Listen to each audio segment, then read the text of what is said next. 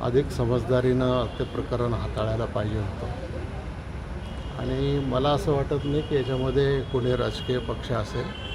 भूमिका पोलिसांनी का घेतली हा चौकशीचा भाग आहे आणि त्याची चौकशी झाली आणि त्याच्या फॅक्ट्स पुढे आल्या की मग कोणाची चूक होती, कोणाच्यामुळं झालं हे त्याच्यामध्ये आपल्याला सांगता येईल.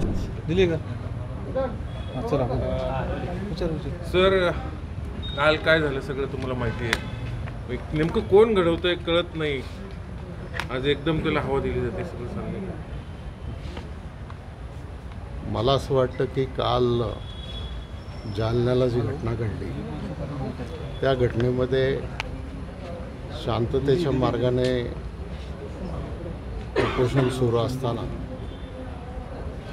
अचानक काहीतरी गडबड झाली आणि त्याच्यामधून पोलिसांनी लाठीचार्ज केला. खरं म्हटलं तर अधिक समजदारीनं ते प्रकरण हाताळायला पाहिजे होतं. आणि मला असं वाटत नाही की याच्यामध्ये कोणी राजकीय पक्ष असेल. याच्यामध्ये अशा वेळेला काही लोक त्याचा फायदा घ्यायचा प्रयत्न करतात. पण मराठा समाजाच्या आरक्षणाचा प्रश्न हा तितकाच महत्त्वाचा आहे आणि त्या संदर्भामध्ये ज्या भावना आहेत सगळ्यांच्या त्यासुद्धा महत्त्वाच्या आहेत. त्याच्यामध्ये सगळ्यांनी बसून एकतर लक्ष घातलं पाहिजे. सुप्रीम कोर्टामध्ये केस आहे, त्याचाही निर्णय लागला पाहिजे. तर मग त्याच्यामध्ये पुढे जाता येईल. मुख्यमंत्री आणि उपमुख्यमंत्री यांना थेटपणे त्याला दोषी धरलं जात आहे, आरोप केले जात आहेत आणि त्यांचं अपयश असं आहे. साहेब तिकडे जाऊन बसलेत, राजे गेलेत. असं आहे की आता अशी घटना ज्या वेळेला घडते त्यावेळेला पोलिसांनी ती परिस्थिती खूप संयमाने हाताळावी लागते. आता त्याच्यामध्ये एवढी आक्रमक भूमिका पोलिसांनी का घेतली हा चौकशीचा भाग आहे आणि चौकशी केल्याच्या नंतर त्याच्यामधून जे काही वास्तव आहे ते समोर येईल. गृह खात्याची यामध्ये चूक आहे असं वाटतं, कारण की तुम्ही गृहमंत्री राहिलेला आहात. पण काल जी घटना घडली आहे, जे व्हिडिओ समोर आलेले आहेत त्यामध्ये पोलीसच आक्रमक झाल्याचं प्राथमिकदृष्ट्या मी सांगितलं ना. याच्यामध्ये चौकशी केल्याशिवाय आपल्याला कुठल्या कन्क्लुजनला येता येणार नाही. एकदा त्याची चौकशी झाली आणि त्याच्या फॅक्ट्स पुढे आल्या की मग कोणाची चूक होती, कोणाच्यामुळं झालं हे त्याच्यामध्ये आपल्याला सांगता येईल. सर, इतकी वर्ष झाले आरक्षणाचा विषय सुरू आहे. हिंसक मार्गाने हा प्रश्न सुटू शकत नाही हे समाज बांधवांना समजावण्यामध्ये सगळे नेते, मग मराठा समाजाचे नेते असेल किंवा राजकीय नेते, सगळे नेते अपयशी ठरले असं म्हणता येईल का? तसं म्हणता येणार नाही. कारण आत्तापर्यंत मराठा समाजासाठी जे 57 मोर्चे निघाले ते सगळे शांततेच्या मार्गानेच निघालेले आहेत. तिथं कुठेही एकाही मोर्चामध्ये काही गडबड झाली नाही. आता काल या मोर्चामध्ये गडबड झाली, त्याचं कारण काय आहे ते चौकशी अंती आपल्याला कळेल.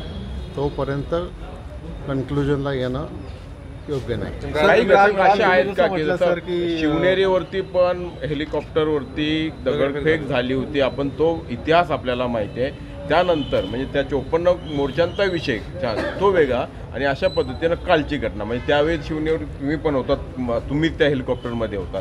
असे घटक आहेत का की जे या गोष्टीला जाणीवपूर्वक या हिंसक वळणावरती नेऊन ठेवतात? म्हणजे असणार ना.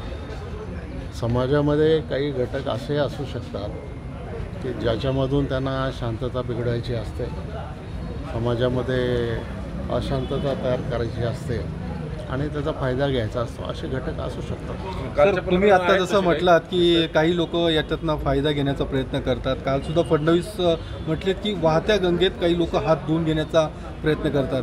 कारण काल जसं आंदोलन जसं झालं तसं पवारसाहेबांनी प्रतिक्रिया दिली किंवा काल आज थेट त्या ठिकाणी पोहोचलेल्या आहेत. मग अशा पद्धतीने चिघळवण्याचं काम काही होतंय का या सगळ्या विरोधी पक्षांकडनं सुद्धा? नाही, पवारसाहेब गेले ते तिथल्या लोकांच्या भावना समजून घेण्यासाठी ते गेले. नेहमीच ते अशा प्रकारच्या घटना कुठेही घडल्या तरी आत्तापर्यंत ते गेलेले आहेत. पण अन्य जे घटक आहेत, जे विशेष करून एक समाजामध्ये वेगळी भूमिका मांडतात, त्याच्यातून हे घडलं असावं असं मला वाटतं. पण विरोधी पक्षांकडनं राजकारण केलं असं जाते. विचार या सगळ्याला मुद्द्याला घेऊन विरोधी पक्षांकडनं राजकारण होतं असं वाटतं तुम्हाला? मला तसं वाटत नाही. कारण असं आहे की मराठा आरक्षणाचा प्रश्नाला कोणाचाही विरोध नाही, सगळ्यांचा पाठिंबा आहे. त्यामुळं एकतर अशी घटना होऊ नये आणि झाली तर ती संयमानं हाताळली पाहिजे, एवढंच मला त्याच्यात शासनाच्या वतीनं प्रतिनिधी म्हणून तिथं कोणी जाणार आहे आता हे आता सगळं हे मला माहिती नाही. याच्या संदर्भामध्ये मुख्यमंत्री उपमुख्यमंत्री ठरवतील. मी आज या कालवा सल्लागार समितीच्या बैठकीला इथं आलेलो आहे. शासनाचे प्रतिनिधी कोणीतरी जातीलच. कालवा सरकारच्या राजीनाम्याची मागणी होती CM DCMची डायरेक्ट विरोधकांना. मला वाटतं का तसं गरज आहे? हे आता अशी मागणी होतच असते आणि अनेक वेळा होत असते. त्यामुळं आता त्याला कसं त्याच्याकडे बघायचं हा ज्याचा त्याचा प्रश्न. साहेब, तो अजितदादांचा निर्णय हा म्हणजे देवेंद्र फडणवीस यांच्यामार्फत मुख्यमंत्र्यांपर्यंत गेला आणि तो त्याला थांबवला गेला किंवा वळवला गेला असं बोललं होतं. काय नेमकं त्याच्यामध्ये घडलं? असं नाही आहे. त्याच्यामध्ये जे अडचणीतले कारखाने होते 5 किंवा 6 मला वाटतं, त्यांना NCDCने कर्ज मंजूर केलेलं होतं आणि त्याच्यासाठी मंत्रिमंडळाने हमी दिलेली होती आणि ते कर्ज मंजूर झाल्यानंतर डिस्बर्स करायच्या वेळेला ज्या अटी मंत्रिमंडळाच्या बैठकीमध्ये घातल्या होत्या, त्या अटी, नाबार्डने घातलेल्या अटी आणि वित्त विभागाने त्याच्यामध्ये घेतलेली भूमिका, याच्यातून ते एक फुलप्रूफ करण्याच्या दृष्टिकोनामधून तो एक वेगळा आणखीन GR काढला होता. परंतु तो GR मागे घेतला आणि आता त्याचं सुरळीत सुरू झालं. पण सर, आता खरं तर फडणवीस आणि अजितदादा समकक्ष आहेत सरकारमध्ये, दोन्ही DCM आहेत. पण दादांच्या पहिला तर फडणवीस चेक करून शेअर देऊन मगच पुढे जाणार, हे म्हणजे काय? मला वाटतं हा प्रश्न आपण त्या दोघांना विचारला तर बरं होईल. थँक्यू.